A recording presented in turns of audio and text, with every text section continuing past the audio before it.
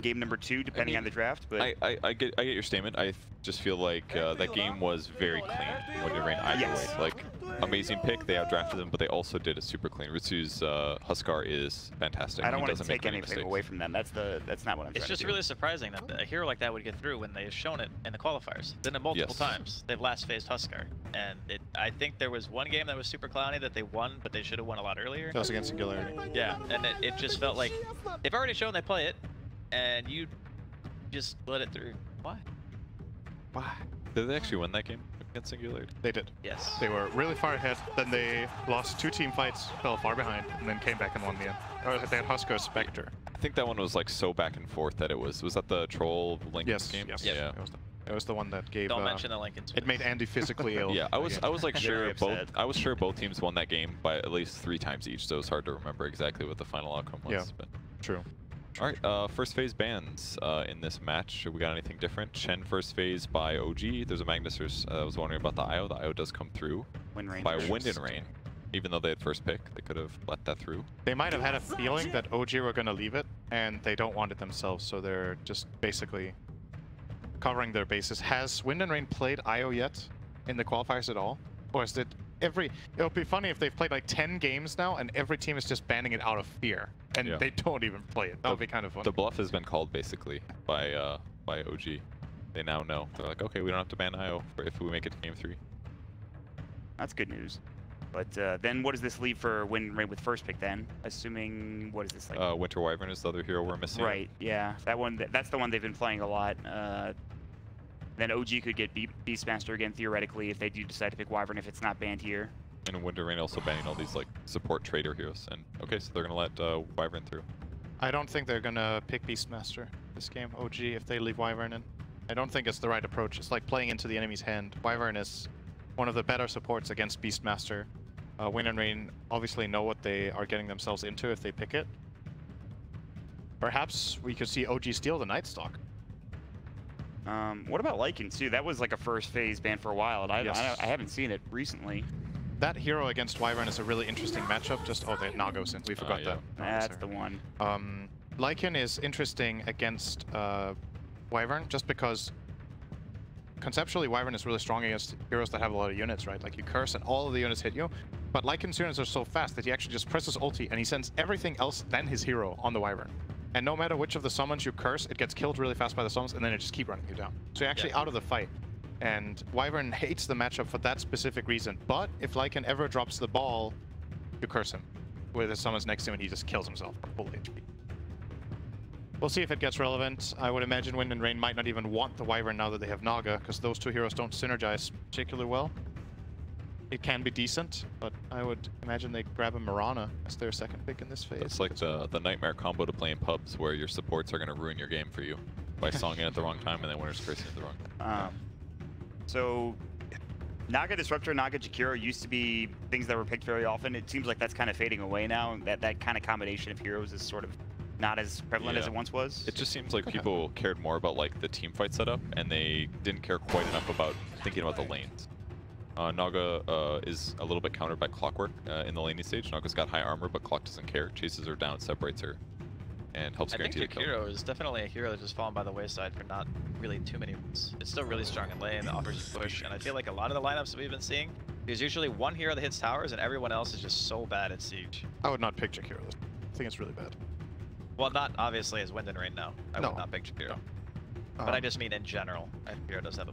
It has a place, but it also has some weaknesses. The spells are difficult to land. It's slow. It's pretty good against some specific lane matchups.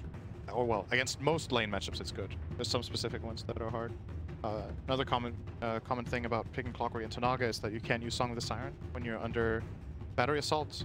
That was one of the nerfs that Song of the Siren got.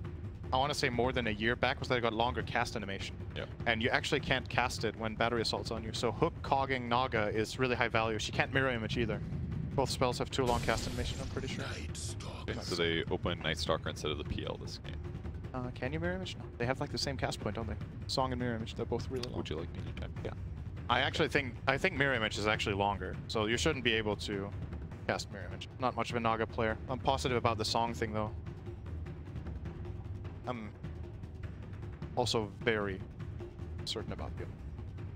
You can look. I believe the battery assault interval is 0.7. Cast animation for mirror is 0.65, and the ulti is 1. Oh, So definitely not the ulti, Super but long. So you can technically can mirror mirror image. image, I think it's 0.7, right? The battery. You can see that in game. I believe It's either so. 0.7 Yes. or 0.75. Does it have a projectile travel time or anything like that? Or is it just No. like instant? No. But I guess if you like actually just mash your mirror image button, you can get it off. Maybe. Yes. If you get unlucky though, it could take a really long time to go Yeah. off. Right. Not to mention everything else going on in the fight if you do get hooked and all that. Yep. So Night Stalker, Wind and Rain. Grab this. It's got plays against Ember. I kind of like it against Clockwork too. You can fly out of cogs. Not so good at daytime, but during nighttime it's an annoying match for Clockwork. If you get Crippling Fear during cogs, you have 50% chance of getting out of them because you can actually miss your cogs with attacks. Nighttime, that fear is pretty damn annoying. Of course, it's a good way of catching Ember. So once again, Wind and Rain are definitely very comfortable with their picks. Let's see if OG can manage to find a better solution this time around. Do you do Night Stalker Naga, or do you think you wait for another hero for Wind and Rain, like that you would send down or up top? What do you? I'm sorry. What? Like if you like doing dual lanes, which dual lane lane-wise. do you do Naga Night Stalker together, or do you I don't send something else? necessarily think they'll be together. No, not necessarily. You put Naga in the lane that needs the most help for your Yeah. game plan, because she's the strongest laner they're going to have. There are very few other supports that can match. Although they could be looking to specifically just dodge Clocksley. That's another way of looking, because then that's where she is stronger as well. Bloodseeker ban. At this point, PL was, I believe, it was picked second, I believe, for Wind and Rain in this last game, so it's still available for either team should they want it. And again, OG has played before as well, so. I think Wind and Rain won't like it. Yeah, I don't think they would pick PL. I mean, Morph is banned as well. It's just a trap. Like you don't really want to pick the Ember. Why do you think Lycan? They banned Bloodseeker, they have Night Stalker. There's some pretty obvious synergy there. It allows them to just run down. I feel like Ember is not very good against Lycan just because, yes, you can root him in place, but you can't root his whole army, and they actually just run you down. There's a chance you won't even root the right guy. Yeah.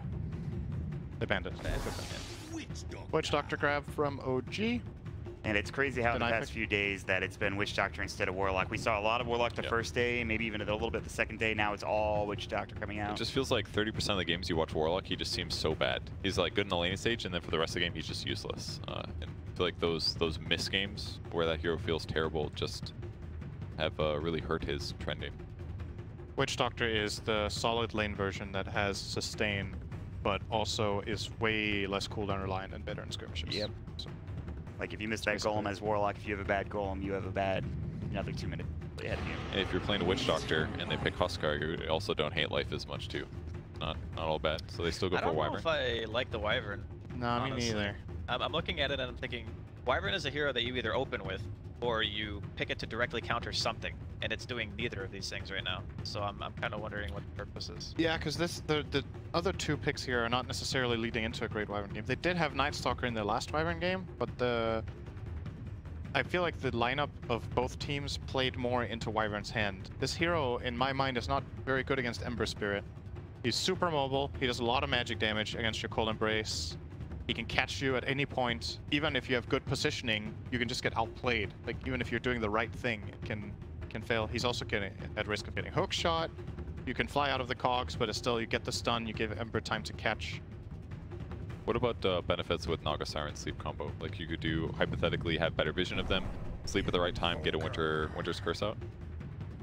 Maybe that would work, but it's not great, but... Yeah, it's just like, if you have a song that sets up Curse, it would also set up other AoE spells, right? Because the enemy team, for the Curse to even be useful out of song, the enemy needs to be out of position in the first place, and then you could even have anything like, let's say a support Lina even, right? Like, yeah. Well, at the very least, if somebody gets maledicted, the Cold Embrace should offset that. Cold Embrace can be good this game. It can also backfire really hard now that there's an Invoker. Yeah, I was just gonna say, you get Exort, you get Sunstrike, or other abilities for that matter. And EMP alone is like... What do you think about winner. transition NS to 4 and go like a Nyx or something? Nyx is crazy value against OG at the moment. Oh, you mean a safely Night Stalker? Yeah. Nyx is definitely good. I think... And you can also counter pick your mid matchup too, so... That feels a little bit too all in. If that's their 4 heroes, Night Stalker, Nyx, Wyvern, Naga, they just don't have enough scaling potential in my opinion. I kind of like OD this game. Because Yeah. they see both of the possible mid matchups and OD wins both. Then they would need a higher tempo safe laner if they do go that route. I don't know if Bryle likes it. Alternatively, their Lina is available. Good matchup against Invoker and Ember. So they, again, this series, OG are actually showing their cores, I feel like, in a different way than they have previously. Like, they're giving key information here. So even though OG has the absolute last pick, they've shown their 2 mids. Yeah. So this is just more that they've kind of been picking the same stuff all group stage so far. And But before they were usually in a position where when they were picking Thompson Zero, it felt like no matter what, he was going to get a good lane. Yeah. Yeah. And now it's feeling like they haven't shown anything to show that Thompson is going to have a good lane. And now they've picked a PL into the Ember. I mean, it's not the worst, but He went lane against Invoker. yeah. So, typical. Oh, yeah. Is Quaswex better at that though? I mean, I feel like EMP landing him is nearly impossible because I think Exort is better. Yeah. The only way Invoker wins that lane is by just hitting creeps. He can't touch PL. That's why the PL is so good. Just charges at you and you cold snap him, he double gangers. The other argument to that is, even though you can't necessarily force a PL out of lane or mana burn him, if you're Quaswex, you don't ever get pushed out of lane either. So True. You both can try to heroes. sustain, but Yeah. are you winning the CS war against a PL with Quelling Blade when Yeah. you have 50 base damage? And there's not Definitely even good ganks either. Like Clockwork and Witch Doctor are both just ruined by Doppelganger. So this last hero from OG, They need some more like reliable setup or something because right now it just feels like PL's can do whatever he wants this game. So this is a Seb Clockwork, theoretically, right? I mean, Could be. it's not really being played as much as a 4 anymore. No, it's actually the opposite way. It's more 4 than off lane, I would Really? argue. It does both. I feel like across these qualifiers, I would say I've seen roughly 50-50, but it's like selective with which games you end up seeing. It's a bit random, right? Feels more like if it's the right game, Clockwork can technically 3, but Yeah. it kind of blends once the laning stage ends. I would not put Clockwork 3 this game. I think it's a really bad clock game. So that's what they were looking So, for. 3. yeah. Put Jarek's on the Clockwork, let him do what he can in the early game, make moves, and then make sure your position 3 can counterpick the opponent, really, is what we're looking at here, because I just don't like them picking this Invoker. I think they should have picked an offlaner with the information that was presented to them and saved Thompson's pick for last, because now they ended up win and get 2 counter picks this way, basically, into these 2. And the PL's not even bad against their heroes. They were kind of forced in some ways to ban Mirana and Lycan, but the Clock feels worthless against PL almost all the time. He's just good against like Naga, Wyvern. Witch Doctor's not going to do well against, like, they just he's don't not have a lot even of good PL against Wyvern, solutions. actually. Wyvern just flies out of your cogs, too. But at the least you can like try to interrupt a chain setup or something. I don't know. Yeah, I guess flying out is the big issue. Clock can set up the Ember, and Wyvern cannot fly away from Ember. Wyvern dies to Ember, always, if it gets caught, unless he's farmed Nesglimmer. It's a pretty hard matchup. Yeah. I mean, no matter what happens here, we're gonna have more of a game than the last Yeah, one. I'll that's what I guarantee you was that. gonna Like say. this is a totally different beast. But I'm still liking Wind and Rain's draft more overall, especially if they find the right pick here against the. So they're gonna go Leshrac.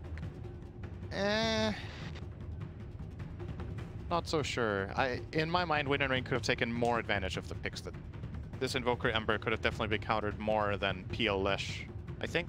They needed a So- building hitter that was also a mid though, if they want to lane. I would have liked the Lina, actually. I think Lina would have been yeah, fine Lina would as have been well. really good. Against Clock, I feel like That's true. Clock is She a bit does it much dangerous, worse. but Leshrac has the It's- same problems. But we're assuming that it's True. not going to be 3 clock, which means that the 6 is going to be the late, and you're also going to have decent rotating heroes. So okay, so Underlord is decent against PL, has pretty decent disable. I guess it'll give them a lot more ability to work around their opponent. Clock and the whatever it's called. Hit a mouse. Did they Clock just do was- 4 combined They did. Yahoos? Yep, they did. I might have even. They had some kisses in there too. That's teamwork. That's all that is. They are team chat wheel spammers for sure. So it'll be a Lesh mid versus Invoker then. They wanted to keep the PL in the safe lane. it's a Kinda what much it more looks like. favored matchup for Invoker. It gives a really good reason to go Quaswex now. At least I assume that's what it'll be. Maybe they'll swap here. Well, I think it makes most sense to put PL mid and Leshrac. I think it's the best lane. Leshrac Naga is a really strong lane. It's an obvious and easy setup for the stun. It has the Riptide advantage as well. doesn't make Clockwork too good there though. That's the one big advantage Maybe they you have. kind of have to pick your poison, because I think at the same time, the Leshrac mid, putting PL against Underlord is pretty rough, actually. It is. We saw that matchup earlier today. Granted, that was a one-on-one mid, but Nisha destroyed. Who was it he played against? It was Ember Thompson. that game, wasn't Yeah. it? Oh, think Ember. it was Sorry, Ember, Sorry, yes. it was Ember. My bad. I think PL maybe does slightly better than Ember, but he should Not still much. he should still be losing that lane. Underlord's advantage against melee heroes is just he gets a lot of damage, obviously, from creeps dying, and he has more damage than you. He has a Quelling Blade, and then if you try to trade CS with him, he firestorms, and you have to run away. So he just takes the wave and benefits.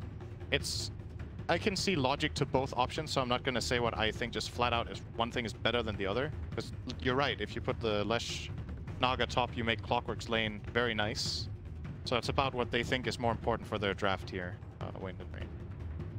Yeah. This is going to be closer. I don't have a clear favorite in this one. I would have had it if Wind and Rain used their last 2 picks a bit better. You think maybe Anna goes a different build this game since he's a PL? Like Battlefield route? Yeah, I mean, obviously he'll go like a Yules because he's gonna need it for NS and things like that. Yeah. I'm wondering if he goes more than just Maelstrom. I feel like if you go Maelstrom though, then it's better against getting a Winter's Curse. Hypothetically, you're going to do magic damage through Cold Embrace. I feel like he still goes the standard like Yule's Maelstrom Shiva's build or something. If he goes magic build, they have nothing against BKB later. Like, absolutely nothing. So, that's just something to keep in mind. That doesn't mean it's necessarily the wrong thing. OG have played lineups with Ember Zeus before, so if they play fast and they make early moves that work, they can definitely bypass or just ignore the fact that BKBs can show up if they can build a big enough advantage beforehand. The BKBs are going to be issues, but I think they can deal with PL illusions alone, no problem. With the Underlord Invoker, They can solve Ember, PL. I think that's not a problem. So I don't. That's like the one time I think BKB or Battlefield would be better on Ember. So I think he plays standard. Yeah, is my impression. I would agree. Ember is pretty solid this game. I mean, the only hero that's really farm heavy is then really needs farm is Underlord, arguably. Other than a little bit of Ember Spirit stuff, but if he gets like a fast mech or something, or a fast Crimson, enemy team doesn't do much damage. If they get Crimson off, they get Winter's Cursed, nobody dies. Like, there's a lot of good things about Underlord this game. So you're saying it's going to be a... My Theoretically confidence should be. is threatened. I don't know about you, but... Alright, well, we'll see how the game progresses. Take it away, boys. Back to the 2 best play-by-play casters in the Dota 2 scene. Thank you, Purge. It is Seems good. Purge and Cinder in here. Excited to Just bring gonna you guys cough right away. some At that, for important, some reason. close, enjoyable team fights or something. Yep. I'll just continue to carry the intro as Cind is I'm drinking some water. much as he possibly can. See how the lanes work out. I was actually thinking about how to get Andy off the couch so I can stretch. That's a punching. Looks like he wants to sit here, so I'll just use the table. You wait till he's muted and then Just you stay, just Andy. Come on. give him little kicks. I'm using the table. Purge. Wait. Does it feel good? Put your legs up. It's alright. So yeah, let's have a look at the lane breakdown. Looks like it will be the Clock Underlord top against Naga plus The Lesh? Leshrac. Yeah, they're putting the PL mid. Actually. Phantom Lancer mid against Invoker, and Night Stalker Wyvern bottom. So as expected, I guess on We'll see looking at how it Winter goes. Rain side, it just looks better, right? They have more threaten against the Underlord. The Invoker is more contested by a PL. The only thing that gets benefited really is the Clockwork has a better potential lane matchup. I think it makes sense. Goes Thunderblast level 1 actually. He's gonna harass Notel quite a bit here. Yep. And I wanted the double bounty. He's gonna skill Searing Chains for that one. 3 rounds for OG once again, just like last game. Actually, it wasn't bad at all. Notel loses like 100 mana, 1 tango, and he should be full healed just about. Oh, Ritsu missing the block this game. They're just tipping each other all the time. Match is unended. He's actually gonna let this go under tower, surprisingly. So that works if you're, oh, never mind, he missed. I'm pretty sure that was a mistake. He wasn't expecting it. It looked like he set it up right, but missing his first 2 last hits kind of costly here. So like This hero with, he has Fairy Fire, Null, and a Branch. 48 damage. yes. Like, And PL's hitting for 64 on average right now. Like a 15, 16 gold, or 16 damage advantage. It's disgusting. And he has actually missed a couple of his easy last hits so far, so that might hurt a bit. So I've watched him do this before. He goes tornadoes for range creeps and things like that, the important ones. yeah. But so far, nobody's last hitting well in this game. 2 last hits is the winner right now. Bite me. When Invoker pulls ahead, 3 last hits, guys. Yep, there's a full wave coming to PL though. Don't I? Safe lane is just fighting, man. Man, he can cast Splinter Blast so many times. It's crazy. Yep. 5 or 6 times level 1. This is one of the best heroes to have against it, right? The Witch Doctor. Just outlasting it. The game we saw last time where they had this lane with Wyvern Night Stalker, they were against Undying and Anti-Mage. But this time the sustain is naturally there from No-Tail. Does he have a clarity on the Witch Doctor? He does 2 and a Mango, two, yeah. so he'll be fine. Totally fine on that. He's gonna pop one now and go pull. Probably. Maybe stack the hard camp on the way. If he feels like it. He does. And check the bottom rune, and then if there's no rune here, he can go and pull. And he also can if there is a rune, if he's fast. Just takes this rune and runs straight down. He will make it the 214 pull. Incredible. It's relatively close. Like, very slow supports can barely make this pull. Witch Doctor is one of the faster ones. He's like 307 move speed. If you're a Shadow Shaman or Treant, I actually think you can't make this one. Definitely not a tree. That guy's slow as hell. Yeah. Or techies. Thompson's actually doing a really good job against Ritsu now. Ritsu's already brought out a salve, used it, he's got 2 tangles left, and he's just being right-clicked constantly. This actually works out fine, right? Because Thompson can actually just tank melee creeps, and it doesn't matter much, because he's still getting 9 HP per second from his quas points. Yeah. Fast Blades of Attack, and now his damage is getting semi-comparable at least. And another salve for Ritsu. This is like Thompson winning his lane, kind of. But I'm sure he's very used to this, right? He's actually winning the lane. I'm surprised. I didn't think he was going to do this well, but he is. He must have played this matchup a lot.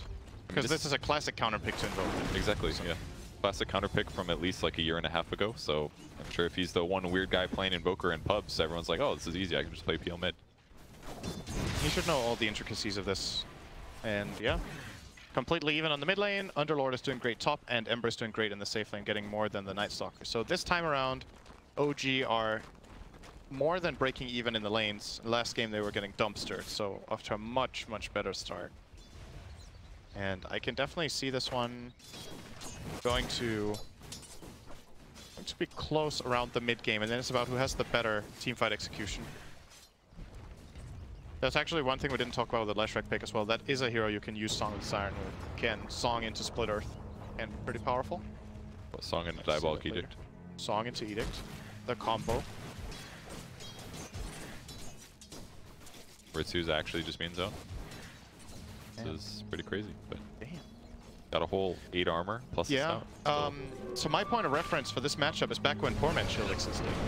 Oh, that's true. The matchup might be totally different just because of that. So I don't remember seeing it since then, and that's why in my mind, you know, the only thing I can think of is, well, when I used to see it, PL1. I think that's definitely it. It's doing great. It has to be the lack of PMS here that is making the difference. Yeah. If he would have started PMS, every right click gets blocked by a huge amount. Thompson's going for a solo kill here. Goes to a Tornado. He might be a little short on Cold Snap. So 3 points in Quas now. Yeah, it's 15 HP per second base. Does he have double gang on PL? He hasn't. He just got it. I think he went 1-0-2 with his first three. blood. Milan getting killed off by Ana. JRX with a good rotation. All the way to the safe lane instead of being top with the Underlord. Another salve for Ritsu. This is like his 3rd one, I believe.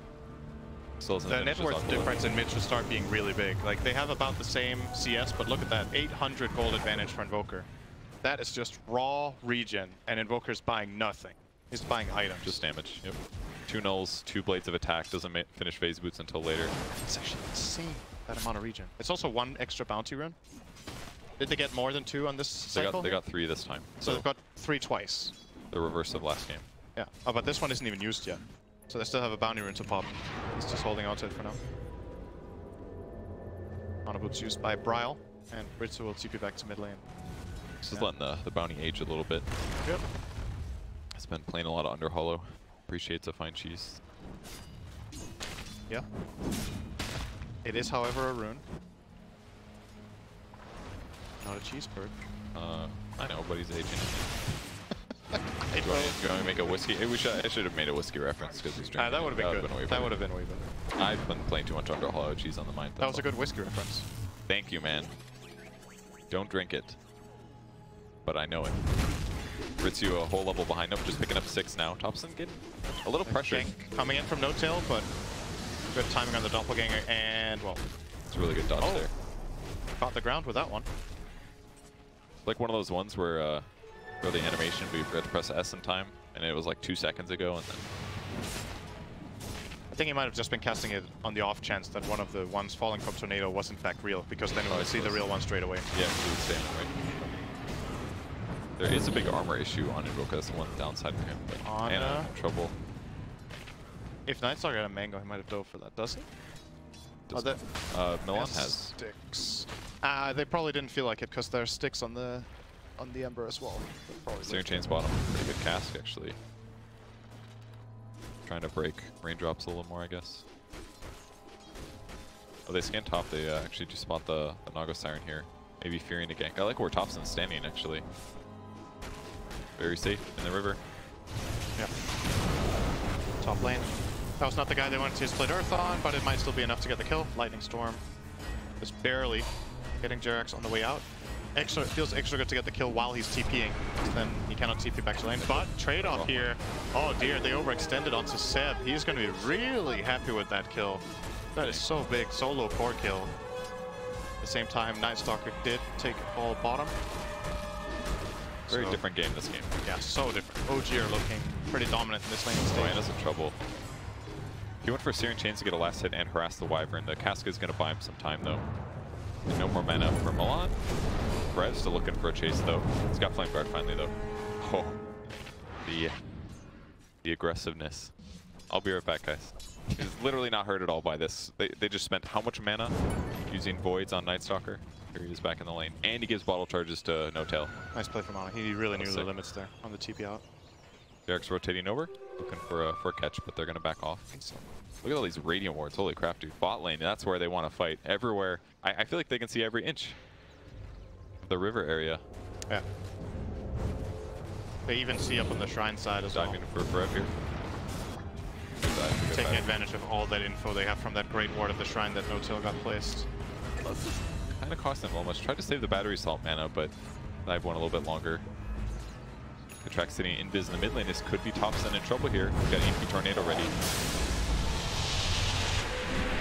EMP will be dodged with that, but it's going to catch the other. Yeah, if he doesn't get that EMP off, I don't think he had Ghost Walk mana for him. Nah, he was actually set.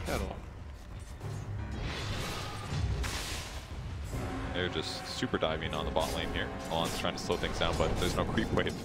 Can't deal any damage to Ember. Ana thinking about heading back in a moment too. He's got another TP ready, but gotta be a little careful. Oh, Jarek's finding Kitrak in the jungle here. Could be a kill. We'll see. Oh yeah. And he gets TP out against Nightstalker at daytime. Convenient. So in the meantime, Seb just killing top lane very easily. Picks up a fast hood, so now he pretty much can't die. The Leshrac is what's going to happen here. Yep. If he does, it's going to take a lot of mana from the Leshrac. So now he just comes in the lane. The Leshrac can't even get close to competing in right click, and he can just farm whatever he wants. So he's getting like lane creep, hit the jungle, lane creep, hit the jungle. So we should see Underlord have an incredible advantage this game. Damn. Eat thick. Chain? No, no chain. Oh yeah, cooldown. He's going to use it now, maybe. Oh.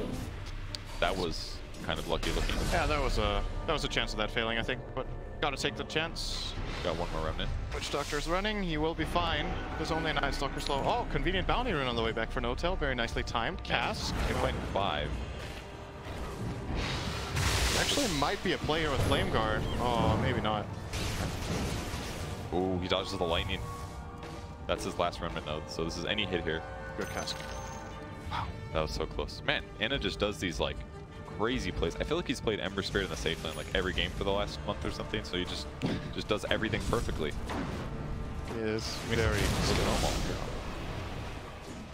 Unless Stitches his lane, he's going to go for the pressure in the off lane as a result of this gank. They do not have a glyph, but they're TPing and Thompson's coming in with the EMP.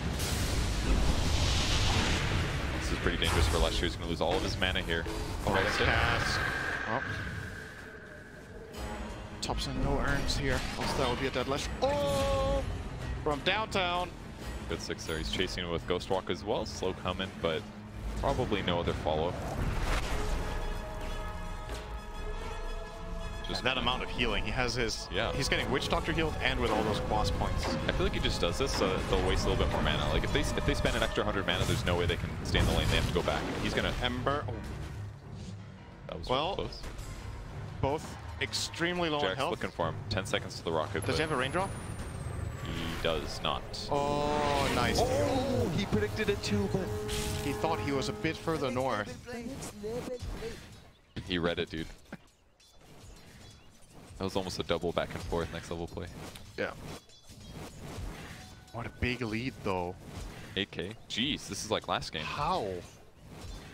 What's the CS? It doesn't look that weird.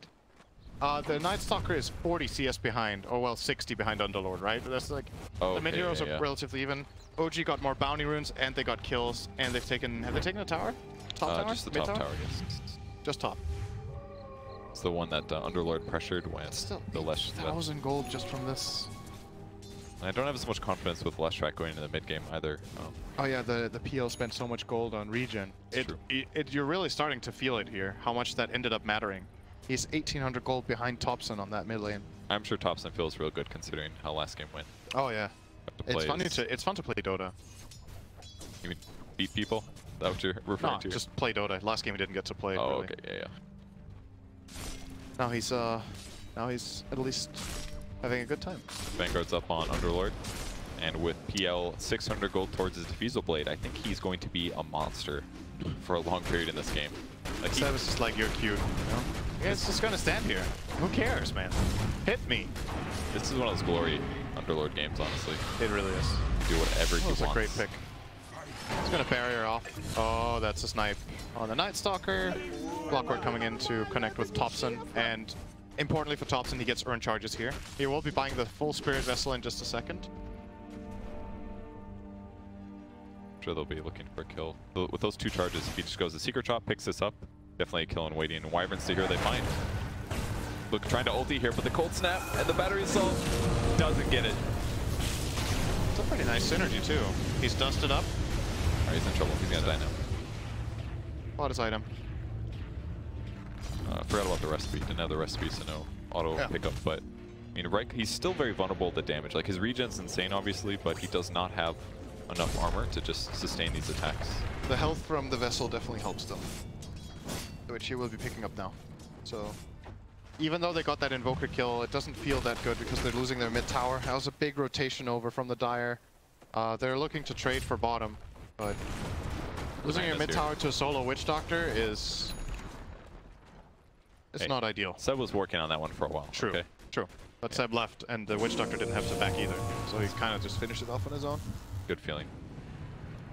Now Winter Wyvern's basically playing defensive. He's going to deny the top tier 2 tower that's been pressured recently. It's going to take a while. Wyvern's base damage not so great, but... Oh, is he going to... He got it. Manan might chase this. He's going to go for it. He taunted him. Was it too early? Oh, what a... That's just a flat-out wasted curse there from Milan. And Thompson is going to solo the Leshrac. Alright, this is literally a repeat of last game, just the opposite way. What it looks like.